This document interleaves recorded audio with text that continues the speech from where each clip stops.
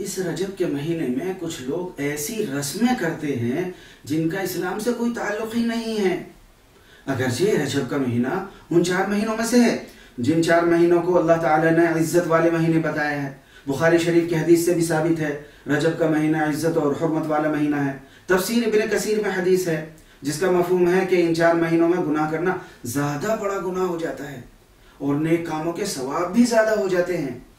लेकिन कुछ लोग 27वीं रात में इबादत का और 27 रजब के रोज़े का बड़ा एहतमाम करते हैं और उसे बड़ी फजीलत वाला ख्याल करते हैं, जबकि इस रात में खुसूसियत से कोई अलग नमाज या कोई ख़ास इबादत किसी सही हदीस से साबित नहीं है। अलबत्ता उलमाए किराम ने रजब के महीने में नफली रोज़े रखने को मुस्तहब कहा है, इसलिए रोज़े रखें और इबादत करें, लेकिन नफिल समझकर, फर्जी वाजिब समझकर नहीं करें।